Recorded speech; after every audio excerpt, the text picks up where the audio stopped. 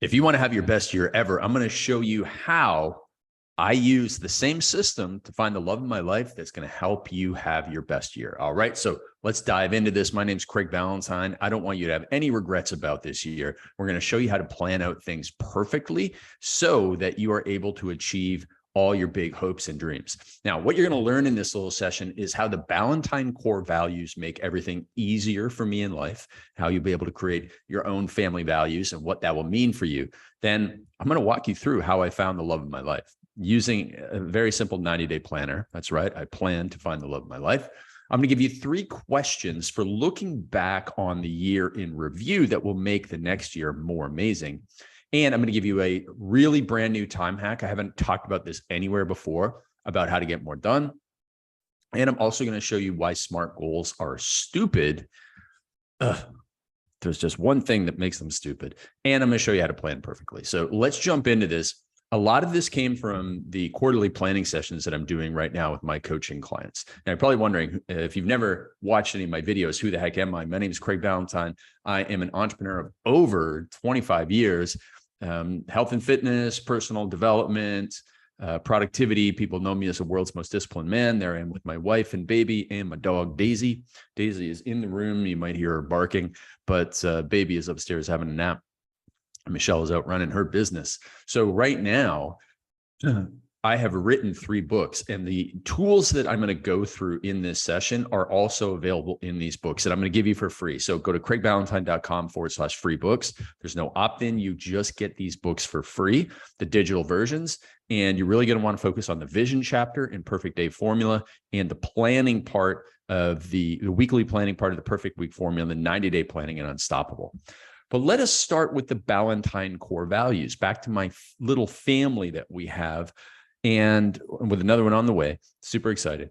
And Michelle and I hashed out these core values probably about a year and a half after we met and were dating, and I think before we got married.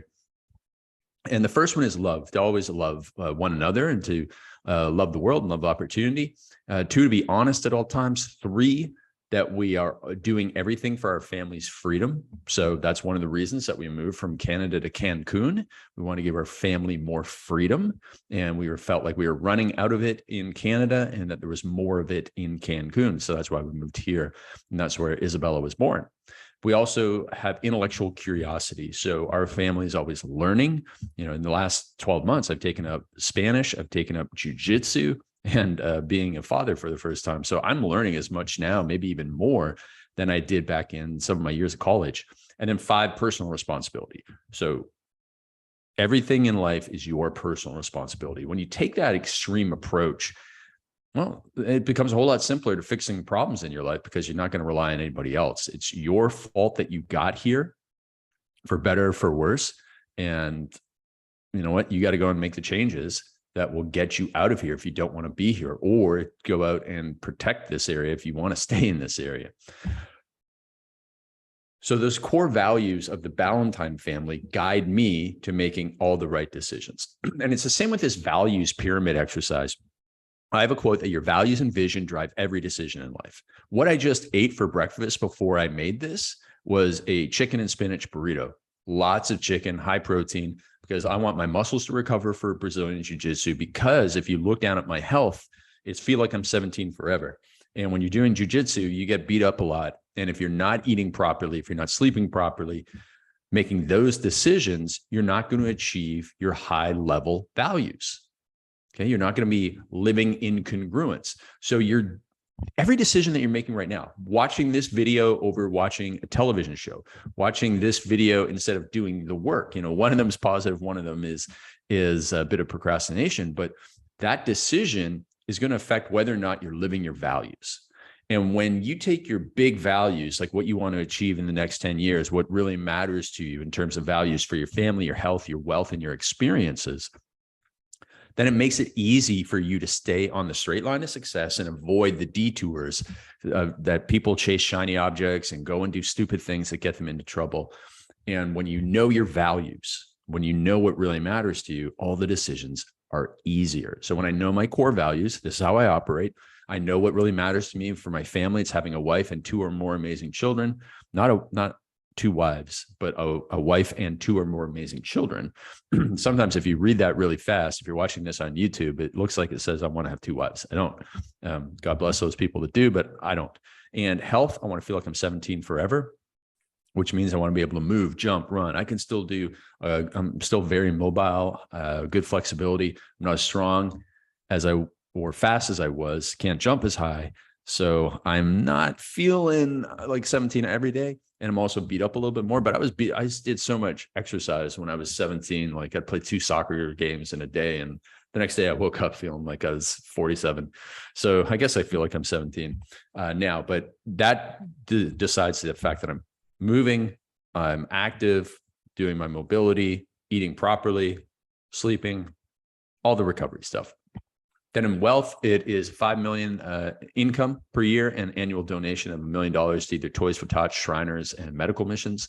And then experience is writing 3 books that have as big of an impact as the Perfect Day Formula. So you have read the Perfect Day Formula probably, and that's where there is the movie script for my life. So again, go to craigballantyne.com/free books, download the Perfect Day Formula, read the vision chapter. I think it's chapter 23. And you're going to see the movie script for my life.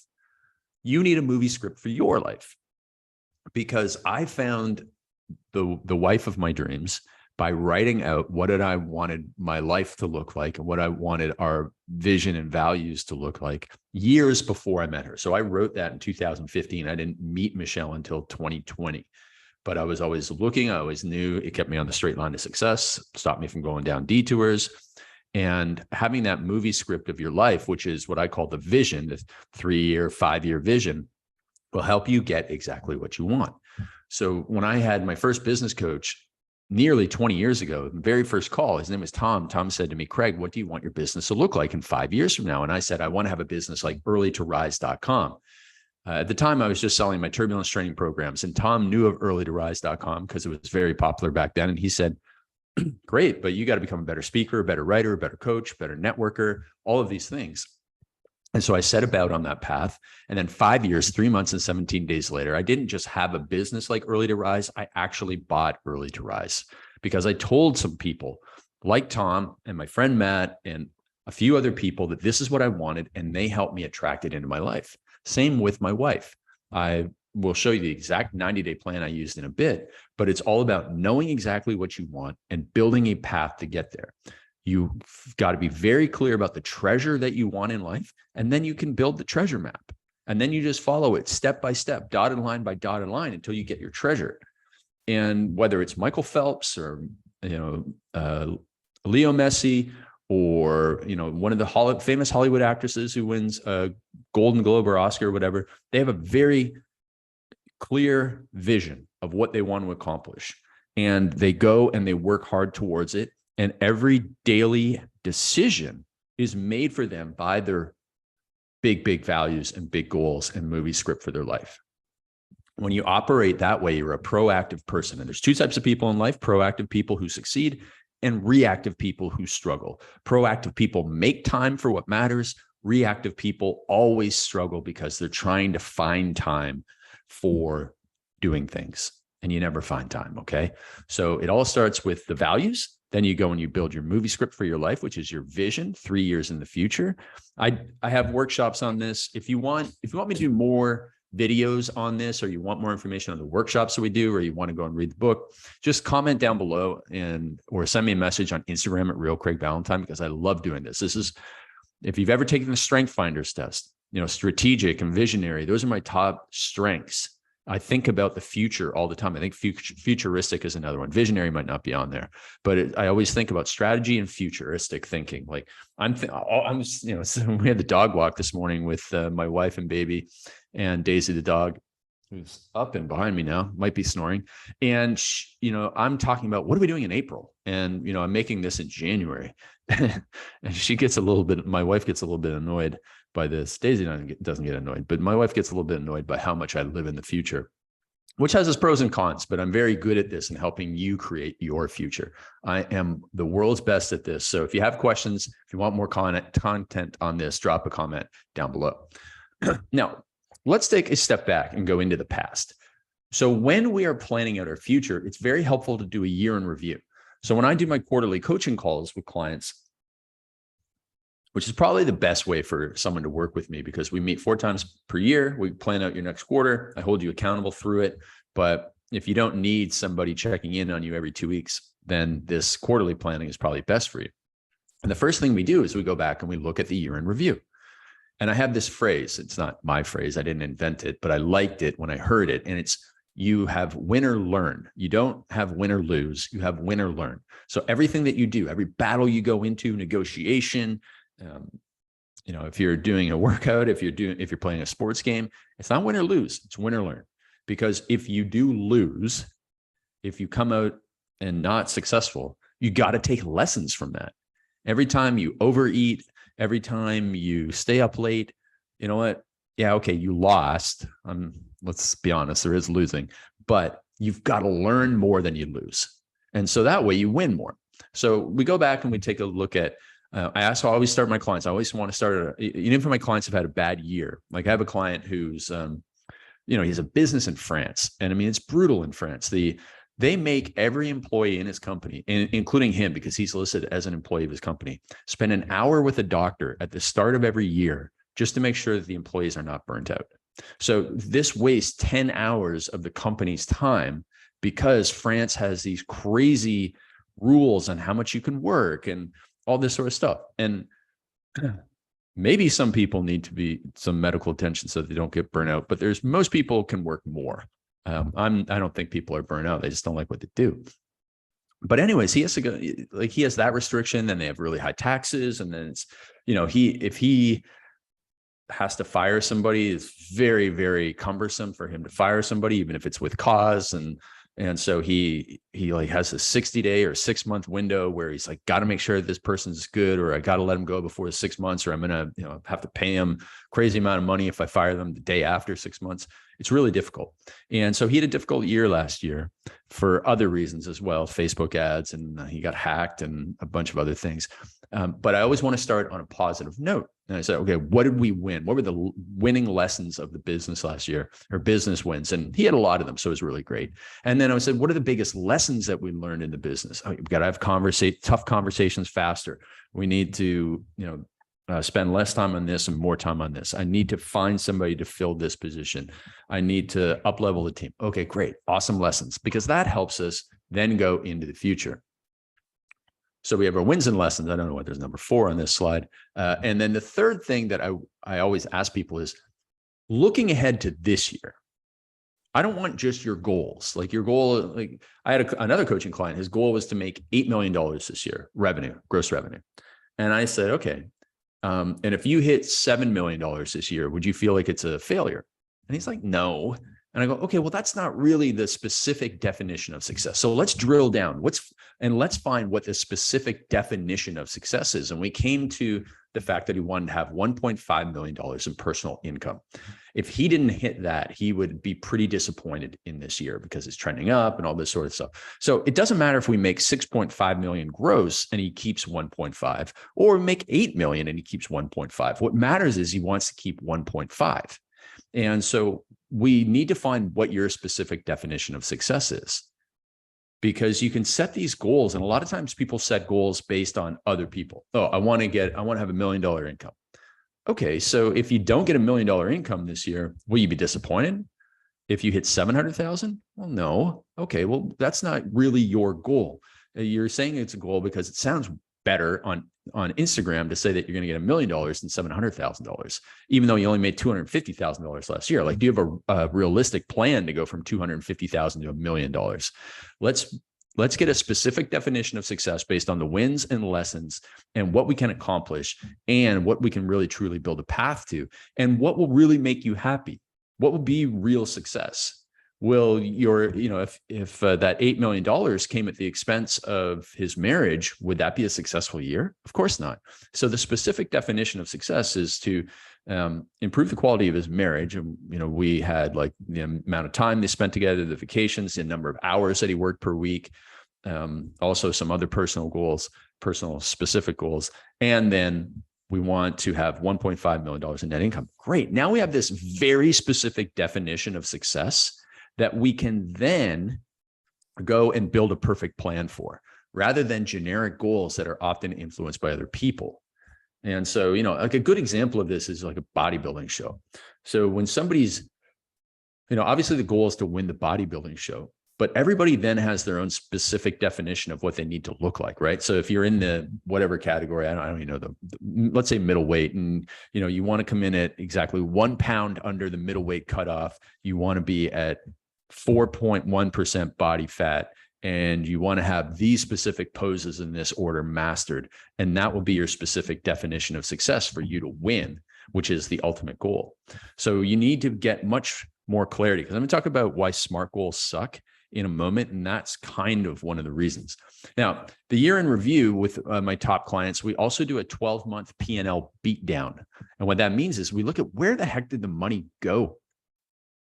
Because if my friend who made like $4.5 million this year, and I think he brought home about 700,000, where did we just simply overspend in some places that could have put another $100,000, $200,000 into his bank account? And the answer was, yeah, he had some issues with Facebook pixels that cost him a lot of money, some bad advertisements, 1 or 2 hiring mistakes. And it's like, okay, how can we avoid those issues in the future so that we don't necessarily have to increase revenue dramatically? We just have to stop making some of these mistakes. Also, it's really valuable, even if you don't have a business, it's really valuable for you to go through your credit card statements every month and look at recurring charges. You have Netflix and you have Amazon Prime and you have Apple TV, and it's like, wait a minute, how much television do you need to watch? Can we cut down to one of those things? Maybe can you cut down all of them? Maybe keep Amazon Prime for the delivery or something. I don't even know how Amazon Prime works. I know that, I don't know if you get Amazon Video with it, but anyway, so you look at that, and then you look at, well, I've got all these other apps on here, and it's like, I've got 30 apps and they're paying $3 a month for. That's $1,000 in a year. What could you do with that? And then also making sure that you're using your credit cards properly so that you increase your points, right? You want to maximize points because, man, we have like 2 million points on one of our credit cards.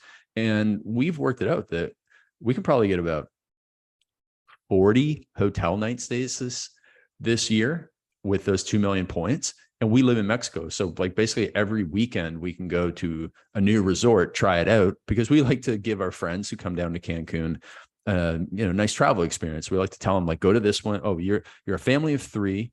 This is your budget, and this is what you want to do. Oh, well, then you want to go to Nickelodeon. Nickelodeon, by the way, is like one of the most expensive resorts. So you probably don't want to go there if you have a budget. We're so lucky. We live right beside a guy who works at Nickelodeon, and he got us a super deal. So we're super excited to go to Nickelodeon resort. And anyways, I'm getting off track, but just look at how you can save money by beating down your P&L or simply beating down your credit card statement. You should do this every 6 months.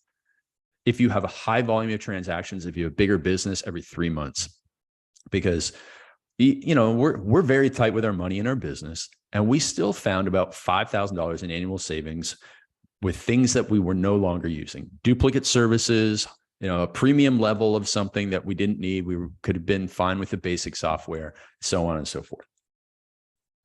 Plus all the domains, which I've bought over the years that I no longer needed to keep on paying for. And so we just, trash them. The next thing we do is 12-month money estimations. So let's take a look at last year, January, February, March, April. Let's look at the gross revenue and profit for each one of those months. And everything else being equal, are things going to be different this year? Is there a way that, if you have a low revenue month, what do you want to do with a low revenue month? Do you want to run a promotion to increase the revenue month? Or do you want to spend that time backing a little bit off on marketing efforts so that you can put more time into the foundations of the business? So it gives you an idea of how to plan your months and your quarters. For example, here's a 12-month marketing calendar that you can build out. So, we have our mastermind promotion in January. We have Valentine's Day sale in February, kind of open right now for March and April. We have a mastermind in Mexico in May that we're going to promote. We always do a Memorial Day sale, might do a Father's Day sale this year now that I'm a father. We always do an Independence Day sale, Financial Independence Day.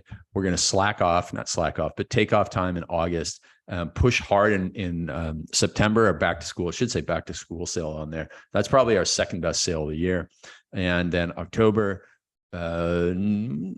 probably just a course promotion. November Black Friday promo did really well this year. That was probably not as good as September though. Black Friday was our third best. And then Christmas promo is really a New Year's promo sort of thing. So this is our basic. We can add a lot more in there. But what I recommend that you do is go through and come up with at least 3 to 4 reasons for a promotion every month. Whether or not you use those ideas, it doesn't matter, but it's a great creative exercise. Then we also review their team. There's 3 questions that we do with our top clients to start the conversation around the team. The first question is, would you enthusiastically rehire that individual? And so you go through your entire team. If you have 7 people, maybe a marketing director, Facebook ads, you have customer service, you have a coach, you have a real estate agent. This is a weird business. I don't know. You got these 7 people on your team, and you just go through and you go, Bob, the marketing director, would I rehire Bob? Sally, the Facebook ads buyer, would I enthusiastically rehire Sally? Yes or no? Simple yes or no question. Would you enthusiastically rehire each one of your team members? Now, if you say no, then the question is it a matter of skill or commitment? Commitment is attitude and that type of stuff. So skill or commitment, like, is Sally, the Facebook ads buyer, not an enthusiastic rehire because she lacks the skills to perform the job? Like, she was good for when you were $1 million business, but now that you're a $10 million business, she's just not good enough. She can't keep up. And then therefore, if it's a skill issue, can she be brought up? Can you give her resources and send her to seminars and get her courses that bring her up? If not, then you'll need to go and find somebody else. On the commitment side, that's the attitude. That's the level of effort that they put in. And the commitment side is like, maybe they just don't understand what the business mission and values and vision are. And so you might have Sally, again, I'm picking on poor Sally. And so Sally, like, she's always kind of like cutting her hours short and not getting back to you. And, she's good. She's really good, but she's not committed. Why is that? Like, before we let her go because she's not committed, can we fix that commitment? And understand that if you would not enthusiastically rehire somebody, it's your fault. If they lack skill, it's your fault. If your team member lacks commitment, it's your fault. So skills obvious, like, I just haven't given them the education to up-level their skills. They're smart, they're intelligent, they're a good employee, they love the business, they love the team, they're great culture fit. I'm doing them a disservice by not improving their skills. On the commitment side, you're not communicating the vision of the company. You're not communicating why you do this. You're not communicating the story behind why you started. And when you do that and you get people fired up and you share all these customer success stories, then people are like, wow, we're really making a difference here. And they elevate their commitment. So would you enthusiastically rehire somebody? If not, is it a matter of skill or commitment? Then how will you fix that? Then finally, the third question we ask is, and this comes from my friend Vern Harnish, who runs Scaling Up. And he says, you could every quarter pick one seat on your team, you get the right people in the right seats on the right bus, is, the Jim Collins saying, and pick one seat on that bus to upgrade this quarter. Now, this might be an empty seat. So one of my client who wants to build the $8 million business, he comes from a sales background. And so I looked at his teams and I was like, you hardly have any marketing. And I know you do a little bit of marketing and you outsource your Facebook ads, and then you have this stacked sales team, like you have an A+ sales team, but your marketing, your social media manager is the seat you want to upgrade. You don't have a marketing director and you're not a marketing director. Like, if you just filled the marketing director hole this quarter, then they could probably lift up the social media manager, or, we could upgrade them both, but you need to upgrade at least one seat on your team. And that was such an obvious hole for him to fill. And he sees this and like, oh, okay, because his closing rate is higher than industry average, but he's just not getting the leads coming in. You fix the lead problem, still getting, even if the lead quality drops a little bit, this business is going to have a really great year. So you in your business need to pick one seat per quarter to upgrade. And again, this might be, okay, Sally, it's a commitment issue. I communicate the vision. She's just got to, she's just been here. Dan Kennedy would say, everybody goes lame. She's just not the same person that she was 5 years ago when she started. Let's help her find another job in another company where she's going to be happier. We're going to upgrade that seat. We're going to turn her loose. We're going to upgrade the seat before, we're going to go out and find somebody, and then we're going to turn her loose and we'll help her find another job or something so that she's happy too. But that's a seat that we got to upgrade this quarter. So now you have a focus on what seat to upgrade.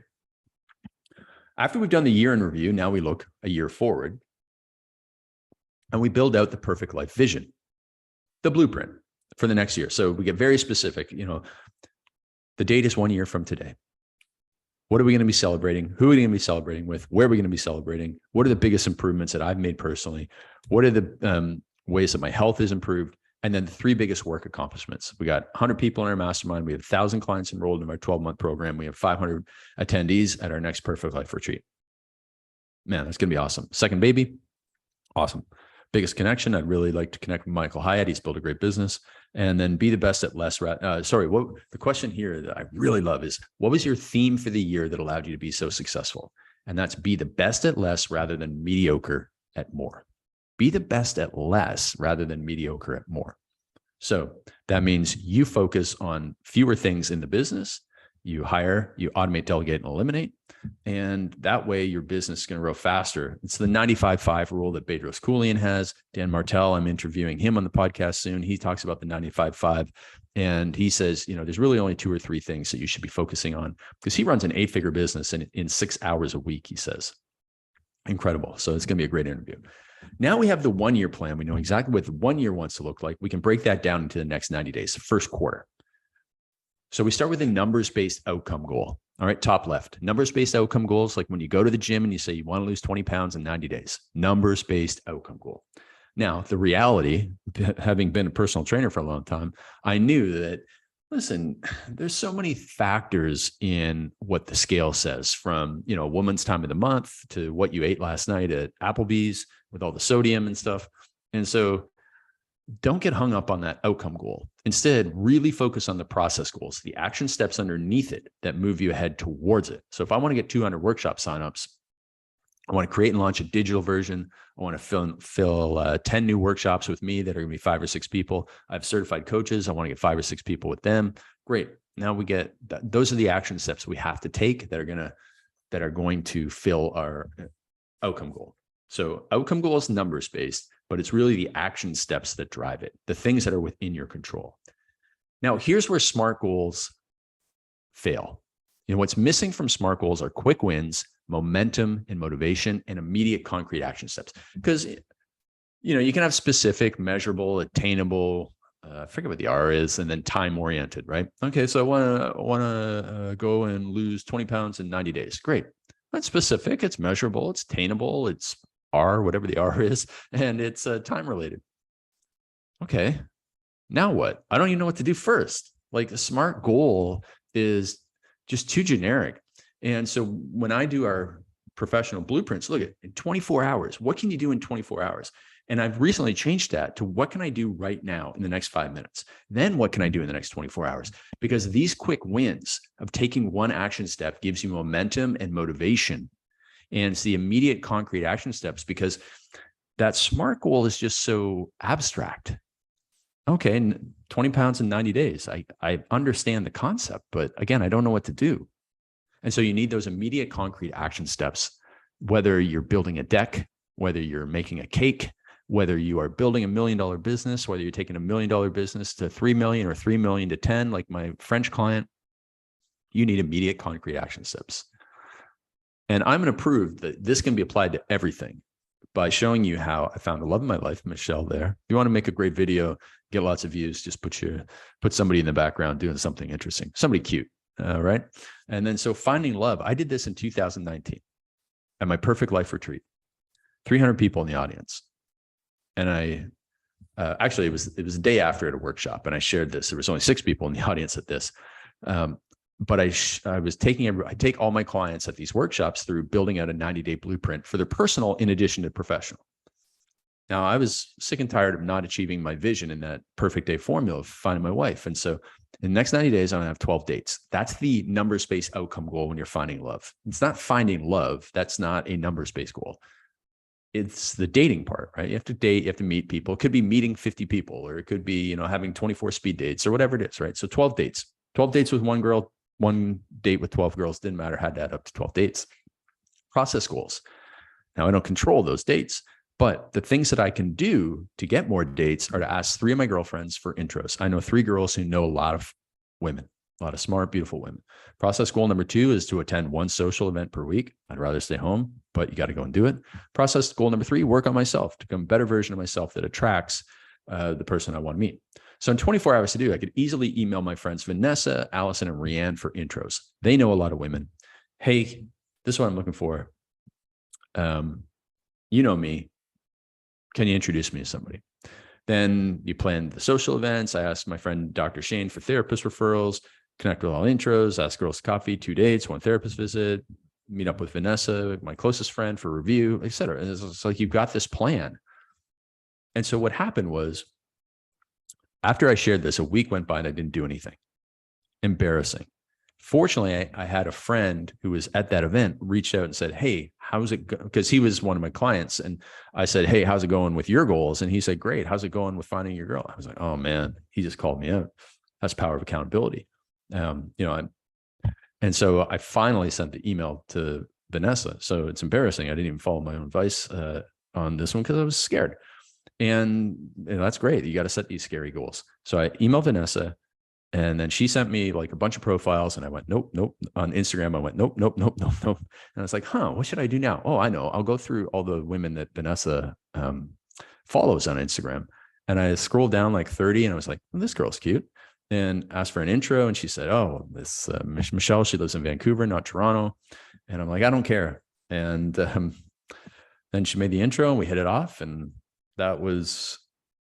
we were introduced the day of my second hair transplant, I believe, in 2019, which was like November 24th, 22nd. And then we were introduced on the 24th and we just hit it off really well. And 2 weeks later, I flew out to Vancouver for a visit, flew back out another 2 weeks later. And then Michelle came to my mastermind in Miami in January of 2020. Actually, we went to Newport Beach, to the Ritz-Carlton, a place that will always be very special in our hearts, in Laguna Beach. And we spent New Year's there and went to Disneyland. And this was a Disneyland test. So if you're in a new relationship, go to a place like Disneyland where you have to wait in line for 45 minutes multiple times a day and see if you guys are still friends at the end of the day. So we stood in line for 45 minutes, 6 times, I think, and just had a great time. So that was awesome. And then Michelle came to my Miami mastermind meeting, our last pre-COVID in-person mastermind meeting. And then we had planned that I was going to move to Vancouver on March 1st. This is pretty quick, right? But success loves speed and delay kills dreams, as I always say. And then, that was right when COVID was coming. And my friend Matt Smith had told me about COVID in January. So I knew it and I was warning my clients and, it's going to get bad. And I was like flying to Vancouver. I was like, man, am I making a bad decision flying closer to China? To a city that's very high Asian population, much higher than Toronto. Am I making the right decision? And Vancouver turned out to be an amazing place to be for 2020.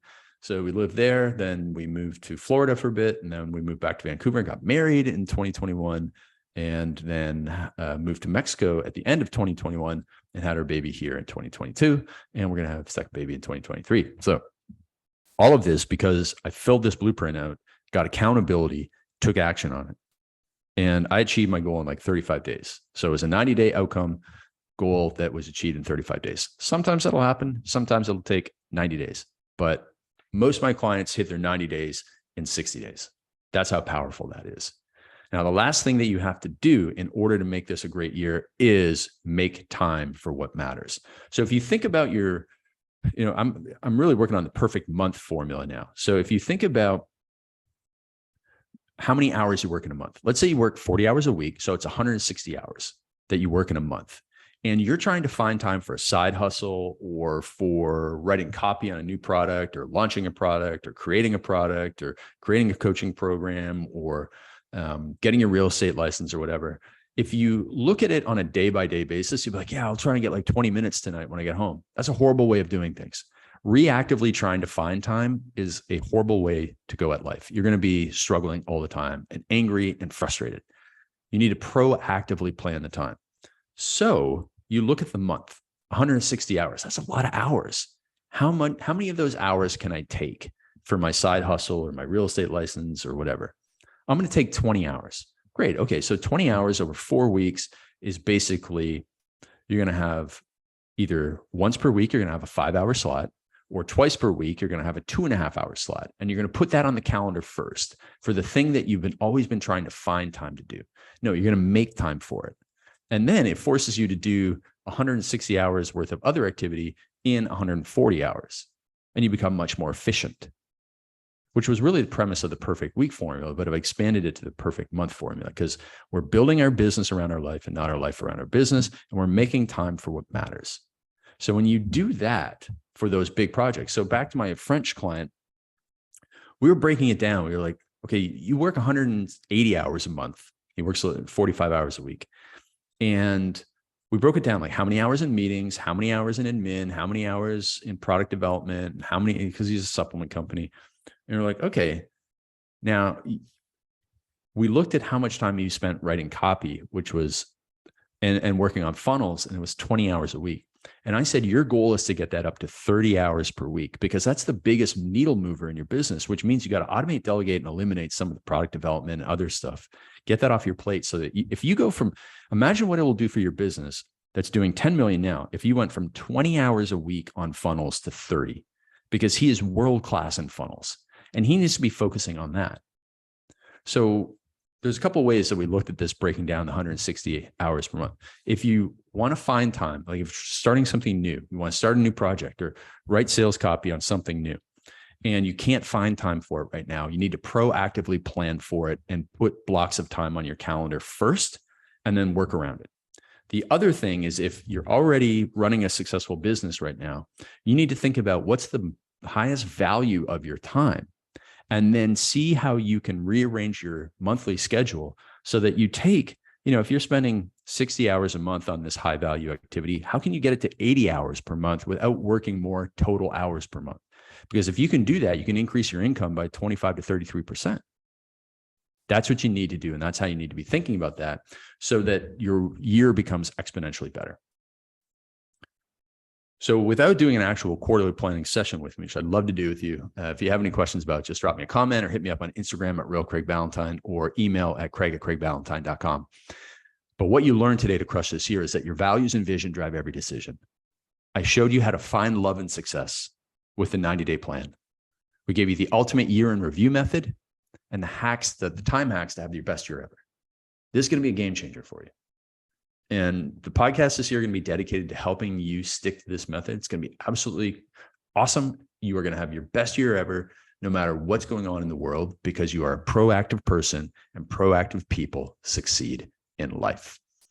All right. Go to those books at CraigValentine.com/free books. Read the vision, read the perfect week, and build your 90-day plan with Unstoppable, and you will be unstoppable. I'm Craig Valentine from Early to Rise Radio. I'd love for you to share this podcast. I'd love for you to share the books, and I'd love for you to drop a comment down below and subscribe to this channel. We'll talk to you soon, my friend.